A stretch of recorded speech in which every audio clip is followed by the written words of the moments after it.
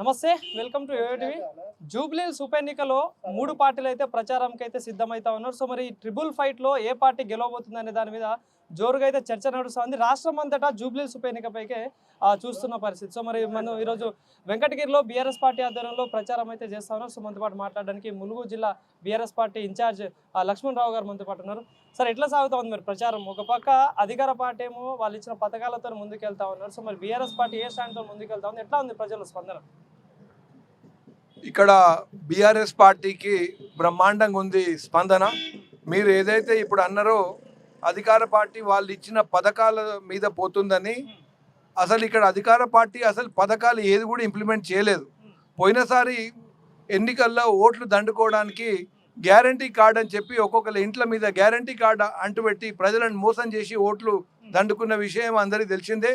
అందుకనే BRS party ఇప్పుడు మేము బాకీ కార్డు ఏదైతే ఒక్కొక్క హామీ ఏదైతే కాంగ్రెస్ పార్టీ ఇచ్చిందో, మహిళలకు 2,500 రూపాయలు పెన్షన్ ఇస్తా అని చెప్పి మోసం చేసింది. 22 నెలలకు 55,000 బాకీ ఉంది.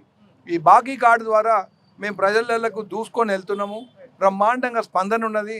ఇక్కడ మా మైనారిటీ సోదరుల దగ్గరికి వెళ్ళైతే అనూహ్య స్పందన ఉన్నది. మాగంటి గోపీనాథ్ గారు ఇక్కడ ఏ విధంగానైతే బ్రహ్మాండంగా పనిచేసిండో, డ్రైనేజీలు కానివ్వండి, రోడ్లు కానివ్వండి, మొన్న వరదలు వచ్చినప్పుడు ప్రతి ఇంటికి 10,000 రూపాయలు ముట్టినాయి. దాన్ని కూడా ప్రజలు వాళ్ళే మాకు గుర్తు చేస్తున్నారు. ఇది బ్రహ్మాండంగా ఉంది బీఆర్ఎస్ పార్టీకి స్పందన. కాంగ్రెస్ పార్టీకి ఇక్కడ వాళ్ళ అనుకున్నది ఒకటి, జరగబోయేది ఒకటి అని చెప్పి మీకు తెలియజేస్తుంది. సో అంటే ఏదైతే కాంగ్రెస్ పార్టీ అభ్యర్థి ప్రతి సభలో మాట్లాడుతూ కూడా ఈ భయ ఎన్నిక అనేది దైవ నిర్ణయం అని మాట్లాడుతున్నారు. ఎట్లా సార్ ఈ వ్యాఖ్యలు? సార్, ఇది ఏ విధంగా అయితే ఆయన అది మాట్లాడడము అది చాలా దురదృష్టకరం. ఒక వ్యక్తి మాగంటి గోపీనాథ్ గారు 3 సార్లు ఇక్కడ ఎమ్మెల్యేగా ఉండి ప్రజల కోసం ఆయన ఎంతో పనిచేసిండు. తనని ఆ చావుని ఆయన ఏదో దైవ నిర్ణయం అనడం చాలా బాధాకరం. అది ఆయన అనారోగ్య కారణాల వల్ల తను చనిపోవడం, తన భార్య సునీత గారు ప్రజల్లో తన భర్త చేసిన సేవలని మళ్ళీ కొనసాగించాలనే ఏకైక ఉద్దేశంతో తాను వచ్చింది. కానీ ఏ విధంగానైతే కాంగ్రెస్ అభ్యర్థి ఆ మాట మాట్లాడడం అది చాలా దురదృష్టకరం.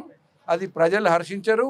ఆయనకు అదే చాలా ఘోరమైన దెబ్బ కొట్టబోతుందని చెప్పి మీకు తెలియజేస్తాను. మంత్రులు కూడా మాట్లాడుతున్నారు. అయితే మొన్న మీ బీఆర్ఎస్ పార్టీ అభ్యర్థి అంటే ఆ సభలో ఏడవడాన్ని కూడా రాంగ్గా చిత్రీకరిస్తా ఉన్నారు, ఆర్టిఫిషియల్ ఏడుపు అంటా ఉన్నారు, డ్రామాలు అంటా ఉన్నారు. సో ఏంటి, ఎట్లా ఖండిస్తుంది బీఆర్ఎస్ పార్టీ? మీకు ఇంకా మోటుగా చెప్తే, మంత్రులు మాట్లాడి ఆ విధంగా చెప్తే రేపు వాళ్ళకి ఏమన్నా జరిగితే వాళ్ళు ఏడవరా అని నేను అడుగుతున్నాను. ఇది చాలా దురదృష్టం. మేము ఎవరు కూడా చావాలని కోరుకునేటోళ్ళం కాదు.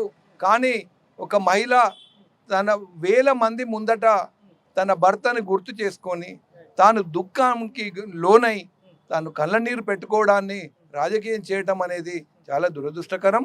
కాంగ్రెస్ మంత్రులకు చెప్తున్నాను, వాళ్లకు ప్రజలు చాలా పెద్ద ఎత్తున గుణపాఠం చెప్పబోతాండ్రు.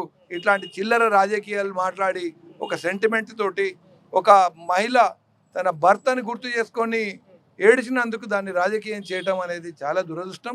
ఇది మంచిది కాదు కాంగ్రెస్ పార్టీకి అని తెలియజేస్తుంది.